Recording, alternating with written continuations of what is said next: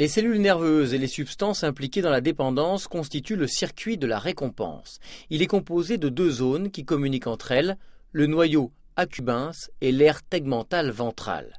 C'est un peu compliqué, on va voir ça de plus près. Les neurones communiquent entre eux en s'envoyant des informations sous la forme d'influx nerveux. L'influx passe le long de l'axone, le prolongement du neurone, et il arrive à la jonction entre deux neurones, c'est la synapse. L'influx déclenche alors la production de dopamine, un messager chimique. Ce sont ces billes vertes que vous voyez. Elles font la navette entre le neurone qui émet l'information en bas et le neurone récepteur en haut. Celui-ci sélectionne les informations dont il a besoin, en l'occurrence le message de bien-être. Voilà un exemple concret avec le plaisir de manger.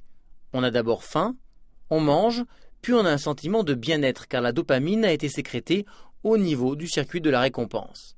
Quand il s'agit d'une drogue, les choses se passent un peu différemment.